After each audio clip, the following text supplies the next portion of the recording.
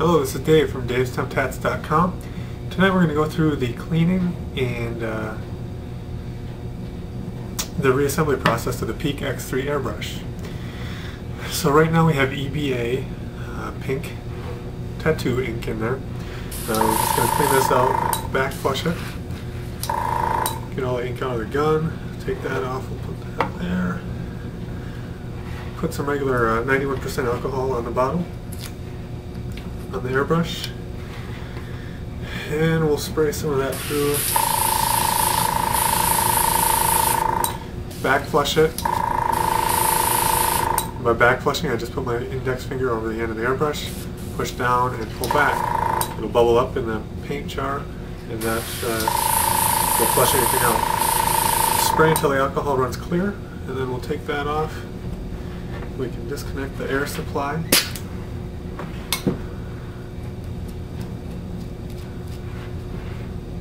That off. So you can move this out of the way so you can see. And we'll start with the disassembly.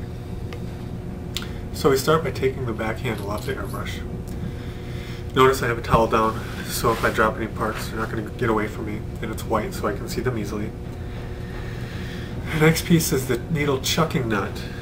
You unscrew that, you can take that all the way off, and then the needle will come right out. You want to wipe the needle off so it's nice and smooth and shiny. Make sure all the ink is off of there. Give the tip a check, make sure there's no hooks or bends in it. This one looks good. You can set that aside. Next is the crown cap that can come off. A lot of times you'll get a buildup in there, and you'll just want to give it a quick shot of alcohol, and then run a Q-tip or some type of brush in there just to clean it out. And that's done. You can put that aside. Next is the head assembly. Take this off, and if you take off the top part of it there, make sure the air holes in there are nice and clean. There's no blockages. This is good. And paint also builds up right on the end of this, so you just want to make sure that's all nice and cleaned off.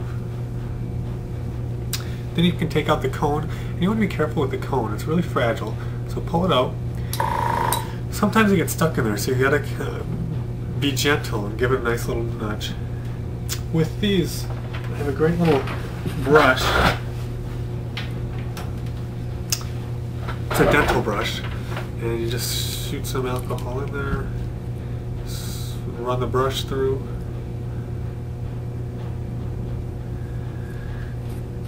and then spray it again, just until the brush ends up clear every time you put it in there. And that looks good. So that's done. Next, we'll take the whole thing apart tonight, just for demonstration. Usually you don't have to go this far. So that comes off, then the spring is next, and then the rocker arm, and then the trigger will come out, and then this little piece in here, the rocker, that can go there, and then all we have left is the body of the airbrush itself. So once we're here, spray some alcohol in the airbrush tube, wipe that out with a Q-tip, and then the end of the gun, once again wipe that out, and make sure there's two holes there. Make sure that they're not blocked and they're clear for air. Alright, and after that you just wipe it down with a rag, make sure everything is nice polished up. There's no residual paint anywhere, and then we're set to put it back together again. So to put it back together, we'll start by placing the cone back in the airbrush body. The head assembly goes next, so the big piece. You want to be gentle setting it over that cone so you don't ding up the end of the cone. And all the airbrushes come with wrenches. You don't need the wrench. Just put it on finger tight. Next the end of the head assembly, and then the crown cap.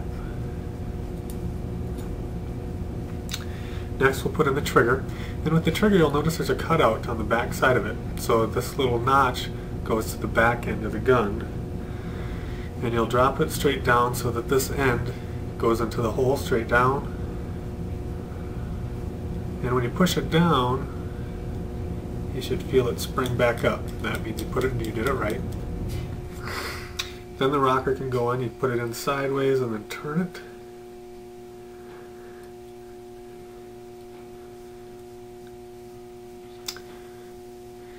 And there you can see it rests against the trigger like that. The rocker arm, there's a groove in the bottom that lines up with the groove in the airbrush body itself, so when you put it down in there it will not turn. The spring goes over top of that. And the rocker tensioning nut will go on.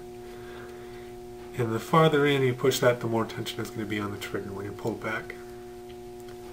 So as you put it all the way as far as it'll go. And now to make sure you did that right, push down and pull back and everything works nice and smooth.